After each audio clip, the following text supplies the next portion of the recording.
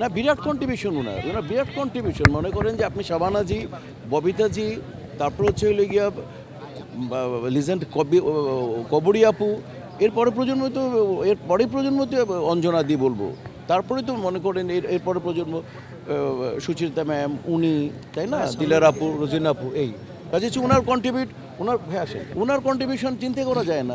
300 মতো ছবি করেছেন, বিরাট সব সুপার ডুপার হিট ছবি ওনার, অনেক বড় অনুভূতি।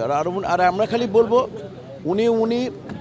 উনি মনে করেন কত বড় অভিনেত্রী ছিলেন, 2বার national award winner, Bachsas winner, এবং শিল্পী সমিতিতে উনি অনেকবার ছিলেন, এবং শিল্পী সমিতিতে যত দিন ছিলেন কোনো মিটিংয়ে তাকে পাওয়া যায়নি, এরকম মিটিং আপনি খুঁজে পাবেন না।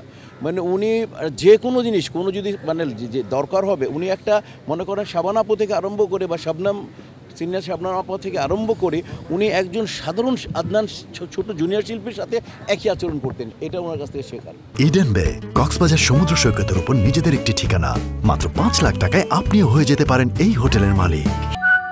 ইডেন বে, আ কনসার্ন অফ ভাইয়া হোটেলস। একজন শিল্পী যেভাবে নিজেকে নিবেদিত করে দেশের সংস্কৃতিকে উজ্জ্বল করে, ঠিক সেরকম একজন নিবেদিত প্রাণ শিল্পী ছিলেন অঞ্জনা রহমান। উনি আপাদমস্তক একজন শিল্পী, যেটা আপনারা জানেন যে আজকেও গুণীজনরা যেটা ওনার সম্পর্কে বলছেন যে উনি একজন আন্তর্জাতিক মানের নৃত্যশিল্পী এবং বাংলাদেশের সংস্কৃতিকে সমৃদ্ধকরণে উল্লেখযোগ্য একজন চিত্রনায়িকা। তো ওনার এই অল্প বয়সে চলে যাওয়া এটা অত্যন্ত দুঃখজনক এবং খুব কষ্টের ব্যাপার। ওনার আত্মার শান্তি প্রার্থনা করছি। উনি একজন লিজেন্ডারি মানুষ। আমরা হয়তো ইন্ডাস্ট্রিতে আজকে 10 বছর কাজ করছি, কিন্তু উনি কাজ করছে প্রায় 40 বছর ধরে। তো ওনার একটা সার্কেল আছে, উনি অনেক বড় বড় ডিরেক্টর স্যারদের সঙ্গে কাজ করেছেন, প্রডিউসার স্যারদের সঙ্গে কাজ করেছেন, অনেক লিজেন্ডারি আর্টিস্টদের সঙ্গে কাজ করেছেন। এটা তো তাদের দায়িত্ব। তো অঞ্জনা আপাকে আমরা যারা চলচ্চিত্রে আমরা যারা কর্মীরা ছিলাম, এই অভাবটা আমরা কখনো বুঝতে দিতাম না। আমরা যে কোনো সময় সে ফোন দিলে কথা বলতাম, আমাদের যে কোনো প্রোগ্রামে তাকে ইনভাইট করতাম।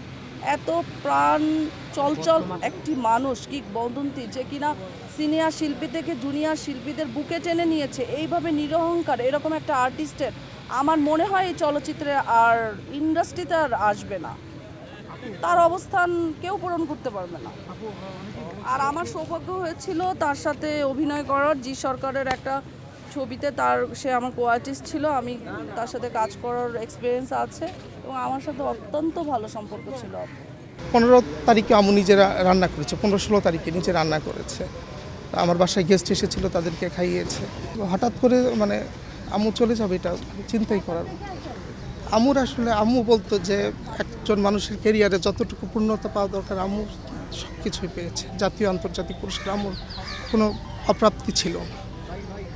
হ্যাঁ, আম্মুর সবসময় চাইতো যে আমার শিল্পীরা ভালো থাকুক, আমার অসহায় শিল্পীরা ভালো থাকুক, এই অপ্রাপ্তিটা আম্মুর ছিল।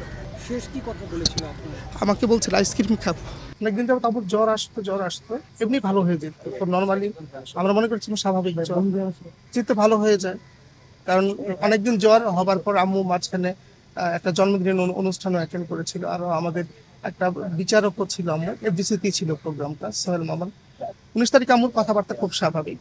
আম্মুর ইভেন্ট আমি 24 তারিখে যখন ইউনাইটেডে ভর্তি করি তখন আম্মু আমাকে আম্মু তখনও স্বাভাবিক। বাসা থেকে যখন ওইখানে যাওয়ার পরে কিন্তু নার্সটা ডাক্তাররা সাথে জিজ্ঞেস করছে আপনার কেমন লাগে, বলছে আমার কোথাও খারাপ লাগে না, কিন্তু শরীরটা অনেক উইক লাগে। ইউনাইটেডে বলছিল ডাক্তার।